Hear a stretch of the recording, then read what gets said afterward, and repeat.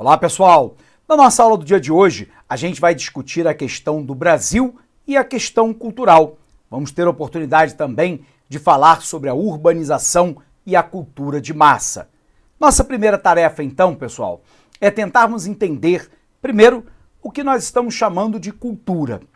É muito comum que as pessoas regulem, de certa forma, a ideia de cultura pelaquilo que nós chamamos de conhecimento, de erudição, que é o conhecimento acumulado ao longo da história da humanidade.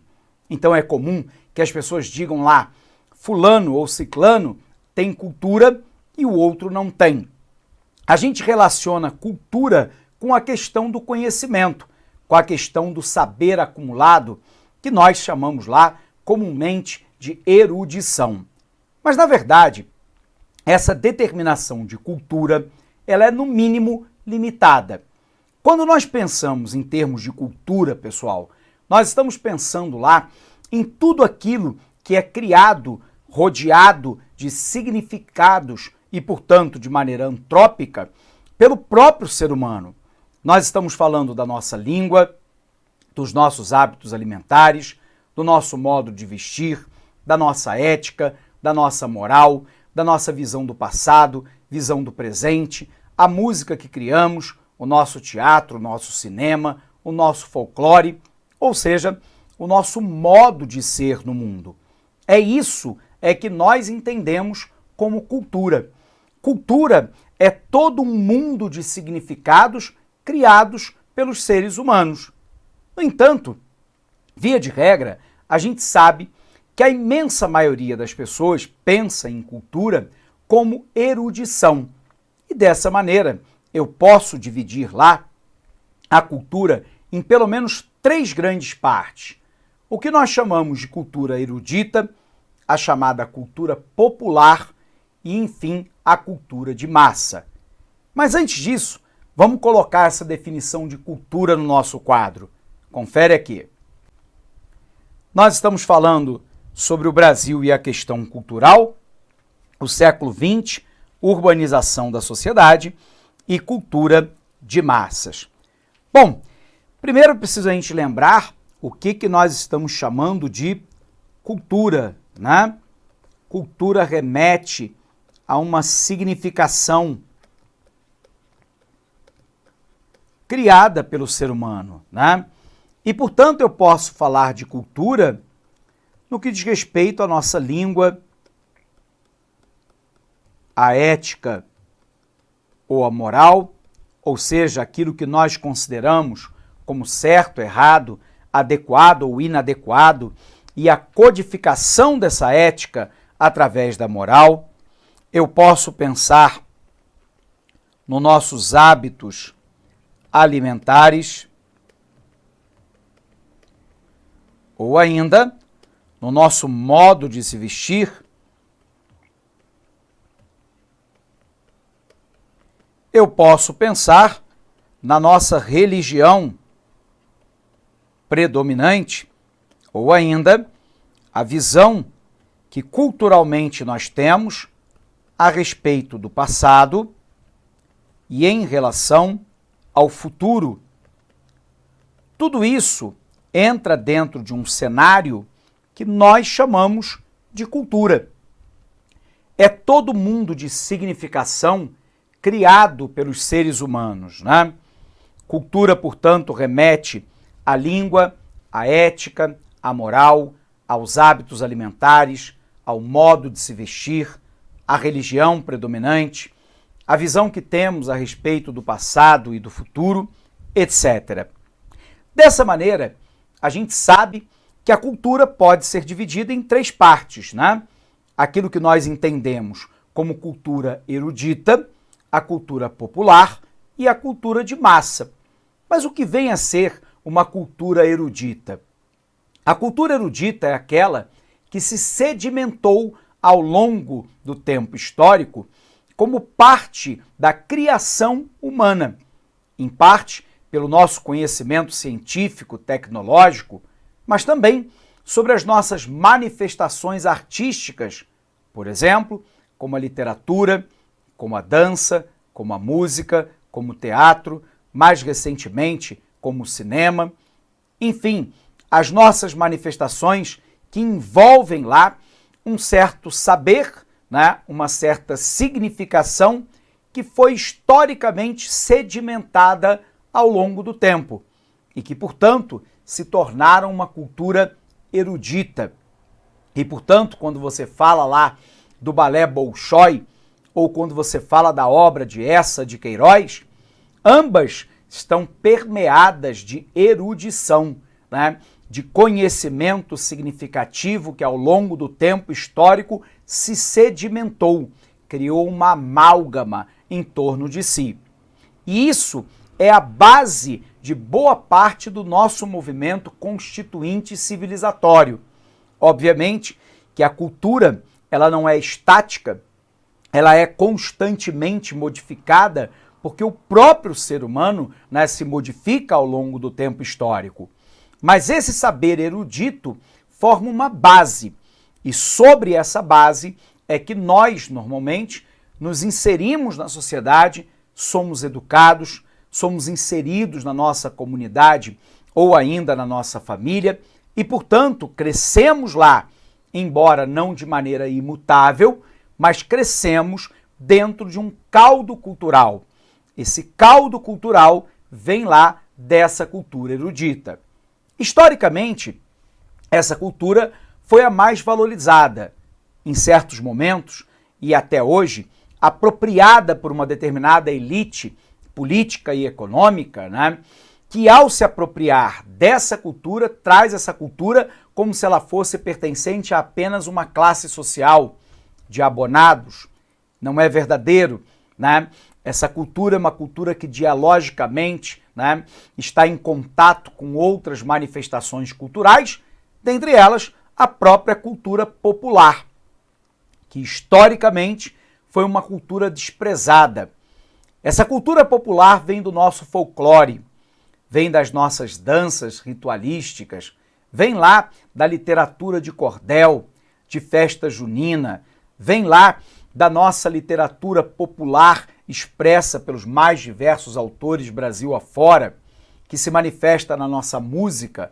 O exemplo clássico é o samba, considerado coisa de marginal, coisa de vagabundo até a década de 30, e que hoje se manifesta claramente como uma das interpretações artísticas mais magníficas, né, do gênio brasileiro criado ao longo do tempo. Mas eu posso falar do nosso teatro de rua, eu posso falar do street dance, eu posso falar do rap ou mais recentemente do funk. Eu tenho uma série de atividades de cultura popular, né? Dentre eles a própria religiosidade popular e o sincretismo religioso que permeia a nossa sociedade.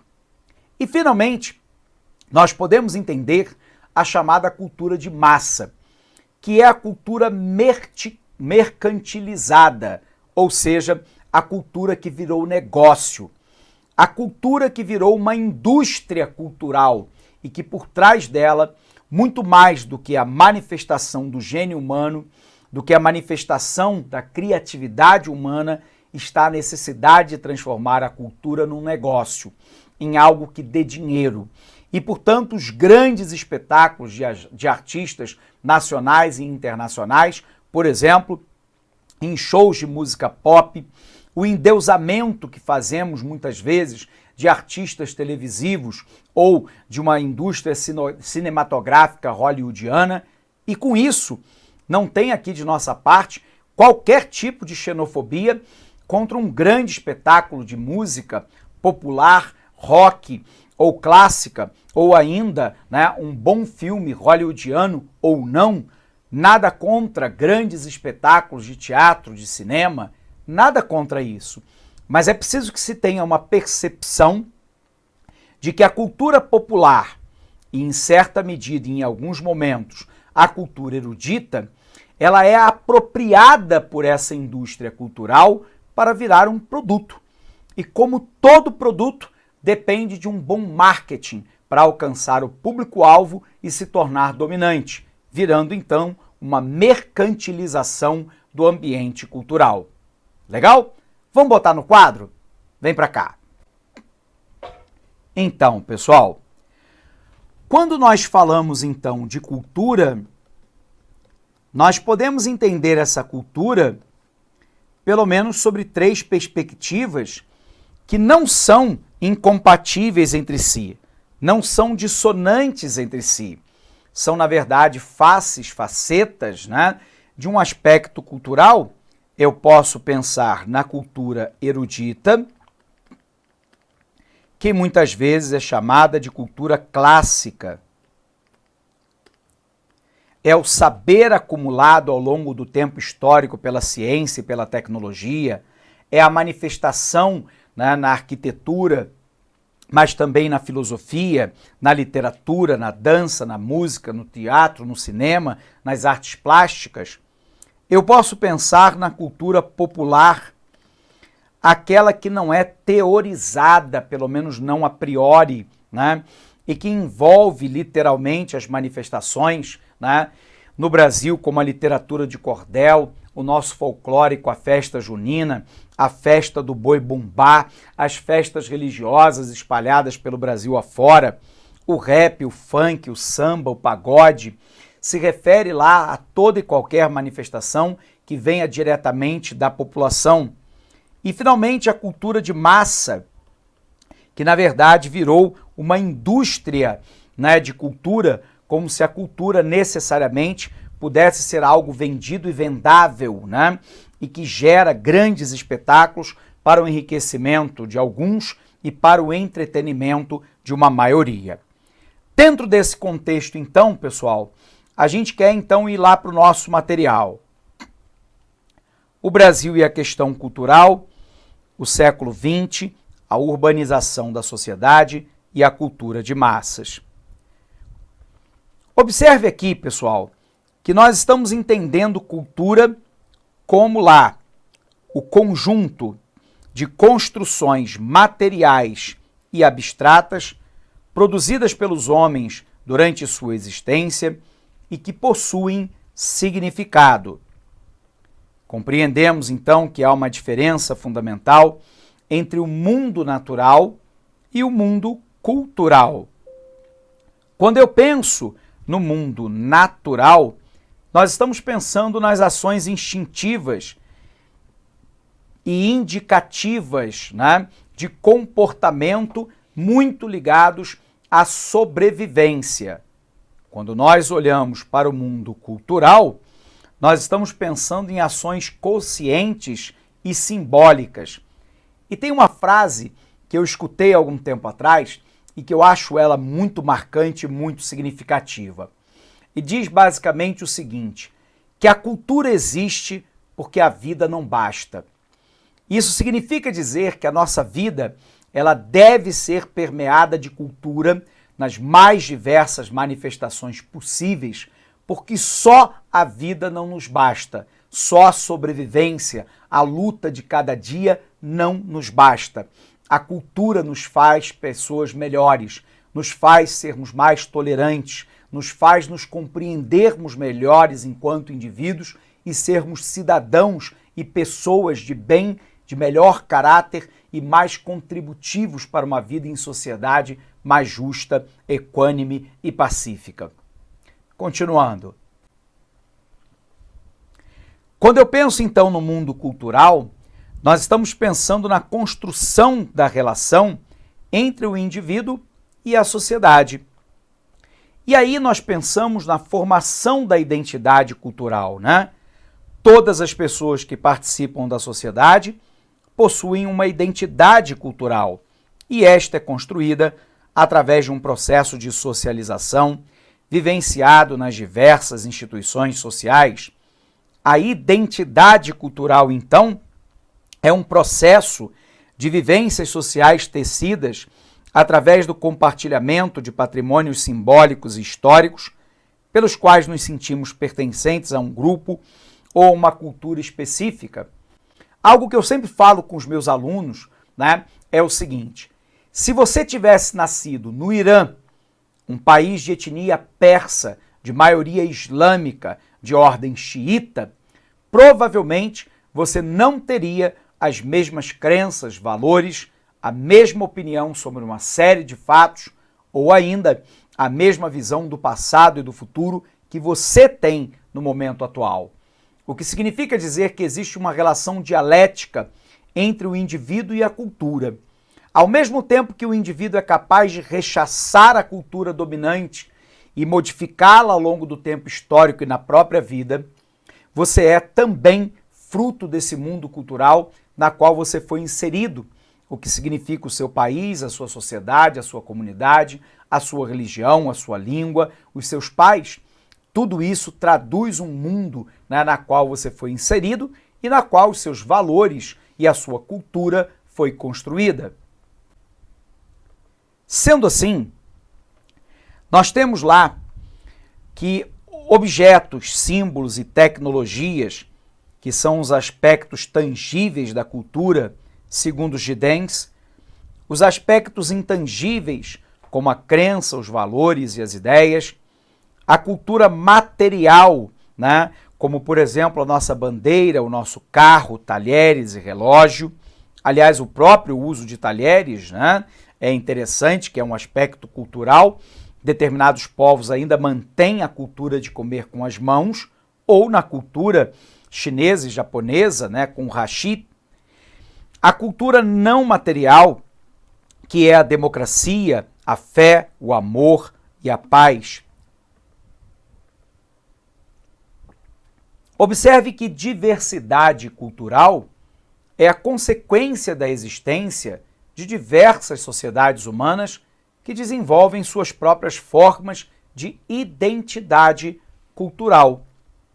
O etnocentrismo é uma crença na existência de uma única etnia que seja culturalmente superior às demais. Como assim, professor? Nós temos um conceito equivocado que a antropologia já superou há muito tempo, que é o conceito de raça. Nós acreditávamos no passado que a humanidade era composta por 3 grandes conjuntos raciais: os caucasoides, que são os brancos, os negroides, que são os negros, e os amarelos. Nada mais infeliz. A humanidade não se separa assim. Nós somos o grupo de hominídeos que sobreviveu, mas não fomos o único grupo de hominídeos que habitou a Terra. Inclusive o processo, né, do desenvolvimento de pesquisa do genoma humano realizado na Europa detectou traços do DNA de outros grupos de hominídeos, o que significa dizer que o nosso grupo mantinha relações sexuais ativas com outros grupos de hominídeos. Significa então dizer que a humanidade vem de um tronco comum. Nós não podemos falar então de raça a não ser para professar racismo, o que é algo odioso por si só. Mas nós podemos falar de etnia, que significa características culturais. Nós, por exemplo, no Brasil, temos uma dificuldade muito grande de entender etnia, porque o grupo étnico mais diferente do nosso são os indígenas, mas eles representam apenas 0,4% da população.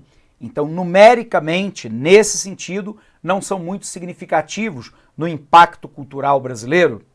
Porém, no passado existiu, por exemplo, uma ideia fantasiosa, né, de Adolf Hitler e dos nazistas de que a etnia ariana era uma etnia superior e que isso justificava a sua supremacia e, por um outro lado, o massacre de ciganos do leste europeu, de negros, de homossexuais e de judeus. Lembrando que Hitler não matou somente judeus, matou também negros, ciganos do leste europeu e homossexuais, considerados aí, abre aspas, raças inferiores ou desvirtuações da raça verdadeira, que seria a raça ariana. Isso é de uma bobagem incomensurável sob o ponto de vista científico, né? Porque etnia se diferencia por características culturais e não podemos falar de uma cultura superior à outra. Podemos pensar numa cultura científica e tecnologicamente mais avançada, porém que muitas vezes tem lá grandes processos de retrocesso. Se olharmos para os indígenas brasileiros, nós, enquanto sociedade, somos mais avançados que eles, tecnologicamente, cientificamente, sem dúvida. Mas o grau de violência no meio da nossa sociedade, praticamente inexiste nas tribos indígenas, mostrando que muitas vezes os atrasados somos nós. O etnocentrismo, então, é uma crença na existência de que uma etnia seja culturalmente superior às demais existentes, e o relativismo cultural, que nos afirma que não há culturas superiores ou inferiores, mas formas distintas de transformar e interpretar a natureza.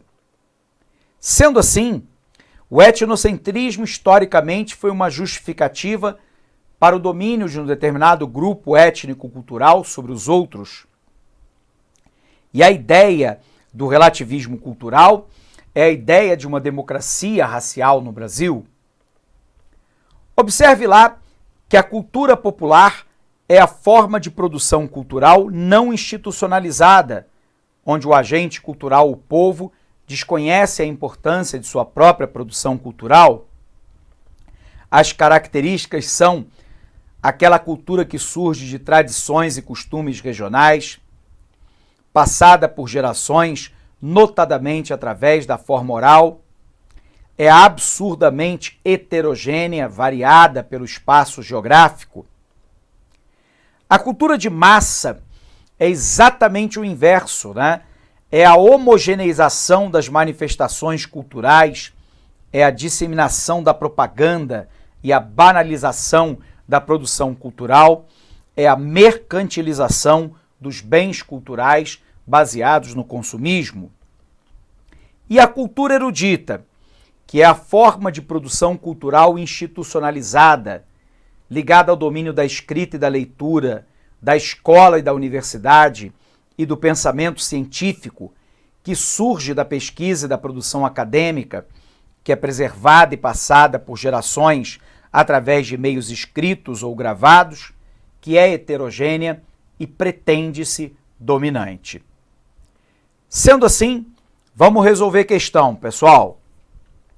A nossa primeira questão é uma questão de 2017 da Banca CESP-UNB, que nos afirma assim: considerando a tríade cidade, ambiente e cultura, julgue o seguinte item. As periferias, enquanto espaço social, são lugares de construção cultural cotidiana, influenciada pela cultura de massas, que é parte da indústria cultural, e retroalimentam esse setor da economia quando as suas manifestações culturais são apropriadas e transformadas em produtos consumidos em escala local, regional e global. Alternativa verdadeira. O exemplo clássico disso é o rap, que nasce nas periferias, nos guetos de negros nos Estados Unidos e que é apropriado pela indústria cultural e vira um produto como outro qualquer. O street dance, né, e o grafite são outras dessas manifestações que são apropriadas pela indústria cultural, virando um produto. Portanto, a alternativa correta. Vamos para a próxima. Segunda questão. O que importa ao olhar antropológico não é apenas o reconhecimento e o registro da diversidade cultural nesse e em outros domínios das práticas culturais, e sim a busca do significado de tais comportamentos. São experiências humanas, de sociabilidade, de trabalho, de entretenimento, de religiosidade, e que só aparecem como exóticas, estranhas ou até mesmo perigosas quando seu significado é desconhecido. O processo de acercamento e descoberta desse significado pode ser trabalhoso, mas o resultado é enriquecedor, permite conhecer e participar de uma experiência nova, compartilhando-a com aqueles que a vivem como se fosse natural, posto que se trata de sua cultura, quando o campo é a cidade, fazendo antropologia na metrópole. Com base no texto acima, julgue o item a seguir. Algumas formas de sociabilidade e de cultura de grupos jovens são denominadas tribos urbanas, São exemplos de tribos urbanas, os grunges, os carecas e os rappers. Alternativa correta. A manifestação da juventude por grupos busca basicamente criar uma identidade para si e para os demais membros. E muitas vezes se organizam lá em movimentos góticos ou punk, como na década de 1980, início da década de 90. Mais recentemente, os grunges e os rappers são formas de manifestação dessa cultura popular que muitas vezes, repito, é apropriada pela indústria cultural para virar um produto. A tribo urbana é uma manifestação cultural. Alternativa verdadeira. Vamos para a próxima. Terceira questão, traz lá o mesmo texto da questão anterior, então a gente pode pular, e pergunta assim: com base no texto acima, julgue o item a seguir. Em virtude da procedência de seus habitantes, da riqueza de suas tradições culturais, da variedade de seus modos de vida e da infinita possibilidade de trocas e contatos que propicia, a maioria das grandes cidades brasileiras constitui um espaço privilegiado para as diversas experiências humanas citadas no texto. Alternativa correta. Inclusive, o meio urbano é um espaço de produção cultural erudita pela academia, pela escola, pela ciência, pela escrita, mas é também um local de manifestação de cultura popular, né? Dentre elas lá o rap, o funk, o samba, o pagode, só para ficarmos em alguns exemplos. Mas temos também a cultura de massa, que entra se apropriando dessas culturas e criando, né, um padrão de consumo de cultura, como se essa fosse única e exclusivamente meio, né, da indústria cultural. A gente observa que as manifestações na cidade são diversas e o avanço da indústria cultural se faz porque eu tenho um sistema de comunicação mais eficiente através da televisão fechada, da televisão aberta, da telefonia, do rádio, hoje, sobretudo, da internet, a propagar um modo cultural. Portanto, alternativa verdadeira. Quarta questão. Julgue o item a seguir acerca do conceito sociológico básico ou principal. Sociedade é um sistema de relações sociais estruturadas que une as pessoas de acordo com uma cultura comum. A alternativa verdadeira, né? É a cultura que permeia todos os indivíduos de uma dada sociedade e que lhe permite criar uma identidade cultural. Essa identidade cultural determina, ao menos em parte, a sua língua, os seus hábitos alimentares, seu modo de se vestir, visão do passado e do futuro, sua ética e moral, a religião que muitas vezes se professa e por aí vai. Alternativa correta. Nossa quinta questão diz assim: no que diz respeito ao conceito de indústria cultural, julgue o item a seguir. Ao contrário dos estudos culturais, que enfatizam o papel ativo da audiência na recepção das mensagens dos meios de comunicação, o conceito de indústria cultural remete à manipulação e à perda da autonomia dos indivíduos. Alternativa verdadeira. A indústria cultural transforma tudo em produto de massa, permeado pelo marketing, para chegar a um número cada vez maior de consumidores potenciais. É por isso que a música que você escuta estrangeira, em sua imensa maioria, quase totalidade, é de língua inglesa, porque é a língua da potência dominante culturalmente, que são os Estados Unidos. É por isso que nós introduzimos no Brasil o fast food, que está matando os americanos. 60% dos americanos estão obesos ou com sobrepeso. Esse processo de McDonaldização da alimentação está alterando o hábito alimentar do brasileiro, sem nenhum saudosismo, sem nenhuma xenofobia contra a cultura americana, é apenas uma observação.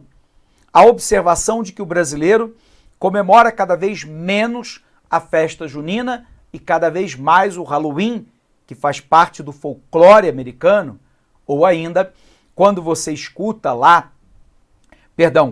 vê lá o filme que é basicamente hollywoodiano, e não é que Hollywood não produza bons filmes, pelo contrário, é a indústria mais consagrada do mundo, né, nesse sentido.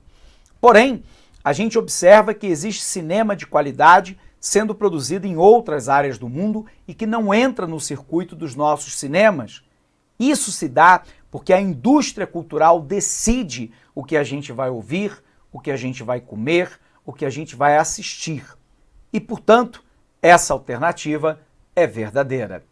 Bom, pessoal, sendo assim, né, estando verdadeira todas as nossas questões, a gente vai encerrar mais essa aula com você por aqui. Eu quero desejar a ti um grandíssimo abraço, bons estudos e até o nosso próximo encontro. Até lá! Clique lá.